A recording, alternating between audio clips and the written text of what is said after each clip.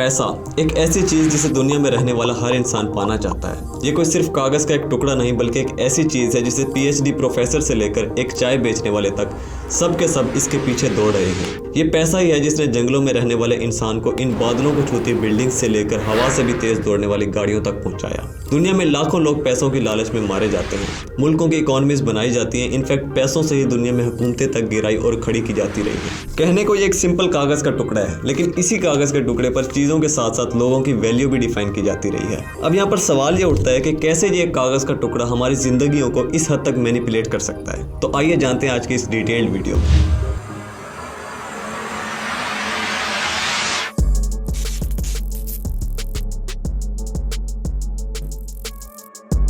आज से कई हजारों साल पहले इंसान ट्रेडिंग के लिए बार्टर सिस्टम का यूज किया करते थे, जहां एक चीज खरीदने के लिए आपको कोई दूसरी चीज देनी पड़ती थी। यानी किसी के पास चावल है और उसे चीनी चाहिए तो उसे एक ऐसे इंसान को ढूंढना होगा जो चीनी बेचना चाहता हो और उसे चावल की जरूरत हो। बार्टर सिस्टम से लोग अपनी जरूरतों को पूरा तो कर लेते थे, लेकिन एक्सचेंज के लिए सही पार्टनर को ढूंढना एक बहुत ही हेक्टिक और काफी टाइम टेकिंग काम था। इस प्रॉब्लम को देखते लोगों ने कुछ अलग सोचा और शुरुआत हुई कमोडिटी की। इंसान ने हर उस चीज को पैसा बना दिया जो सबके काम आती थी और लोगों ने शराब, जानवर और फूड आइटम्स के जरिए कारोबार करना शुरू किए। यानी अब अगर किसी को चीनी चाहिए तो इसे किसी ऐसे इंसान को ढूंढना नहीं पड़ेगा जो चीनी के बदले कुछ और देना चाहता हो। ये सिंपल बाजार में जाकर किसी भी कमोडिटी के बदले चीनी ले सकता है। लेकिन फिर से इस सिस्टम में भी एक मसला था। इस बात का पता लगा पाना बहुत मुश्किल था कि मेरे पास जो चीज है उसकी एक्चुअल वैल्यू क्या है। और साथ ही कमोडिटीज वक्त के साथ साथ खराब होने लगती हैं, खरीदे जानवर मर जाते हैं और फूड एक्सपायर होने लगता है। इंसान को अब एक ऐसी चीज की जरूरत थी जो यूनिवर्सल हो, और यहाँ से शुरुआत हुई सोने और चांदी से बने सिक्कों की।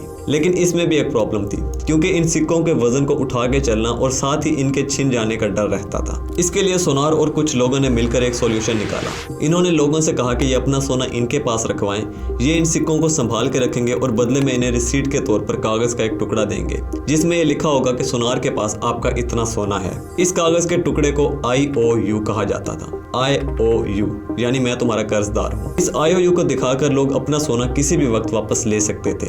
सबको ये आइडिया काफी पसंद आया और लोगों ने अपना सोना इनके पास रखना शुरू कर दिया। लेकिन कुछ ही अरसे बाद सोनारों को ये रियलाइज होने लगा कि ये सिस्टम बनाने के बाद कोई भी इंसान सोना लेने वापस आता ही नहीं। सब IOU के जरिए ही बिजनेस करने लगे थे, क्योंकि सबको ये यकीन था कि IOU है मतलब सोना भी होगा ही। अब ये चीज समझने के बाद सोनारों के अंदर लालच आ गई। उनके हाथों से बना IOU ही पैसा बन चुका था, इसीलिए इन्होंने फेक रिसीट्स बनाना शुरू किए।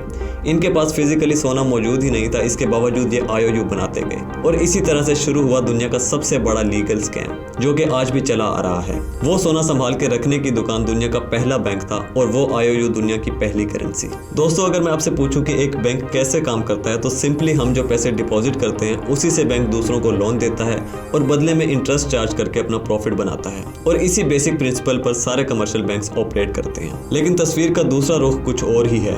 मिसाल के तौर पर आप बैंक में 1 लाख रुपए डिपॉजिट करते हैं। बैंक अपने रूल के हिसाब से करीब 10% कैश रिजर्व रखेगा और बाकी के 90,000 रुपए किसी को लोन दे देगा। लेकिन इस प्रोसेस पर गौर करें जरा। पैसे डिपॉजिट करने के बाद आप बैलेंस चेक करें तो आपको 1 लाख रुपए ही दिखाए जाएंगे और दूसरी तरफ जिसे लोन दिया गया उसके अकाउंट में भी 90,000 रुपए शो होंगे। यानी आप दोनों के पास टोटल 1,90,000 रुपए की परचेजिंग पावर है, जबकि फिजिकली बैंक के पास सिर्फ 1 लाख रुपए है। मतलब कि बैंक ने ऑनलाइन सिस्टम्स के थ्रू कुछ वैल्यूज टाइप करके मार्केट में एक्स्ट्रा 90,000 रुपए की करेंसी क्रिएट कर दी, जो कि ऑब्वियसली वर्चुअल है। बैंक ने अपने पास से नहीं दिए ये पैसे। और कहानी सिर्फ यही खत्म नहीं होती, क्योंकि जिस इंसान ने लोन लिया वो 90,000 रुपए भी आखिर उसने कहीं खर्च किए होंगे और ये पैसे सिंपली उसके अकाउंट से ट्रांसफर होकर किसी तीसरे के अकाउंट में डिपॉजिट हो जाएंगे और बैंक फिर से इस 90,000 का 10% रिजर्व रखकर बाकी के 81,000 रुपए फिर से किसी को लोन दे देगा और ये लूप ऐसे ही चलता रहेगा। हमें लगता है कि बैंक्स में हमारे पैसे सेफ हैं, लेकिन अगर 40 to 50% लोग एक साथ पैसे विथड्रॉ करने लगे तो बैंक एक वक्त में पूरे पैसे वापस नहीं कर पाएगा, क्योंकि इनके पास हमारे सारे पैसे होते ही नहीं। जिस तरह पुराने दौर में सोनारों के पास सिर्फ IOU ही थे, वैसे आज के बैंक्स के पास सिर्फ वर्चुअल नंबर्स हैं। दोस्तों, पैसों के इस खेल को जानबूझकर काफी कॉम्प्लिकेटेड बनाया गया है ताकि एक आम इंसान इसे आसानी से समझ ना सके।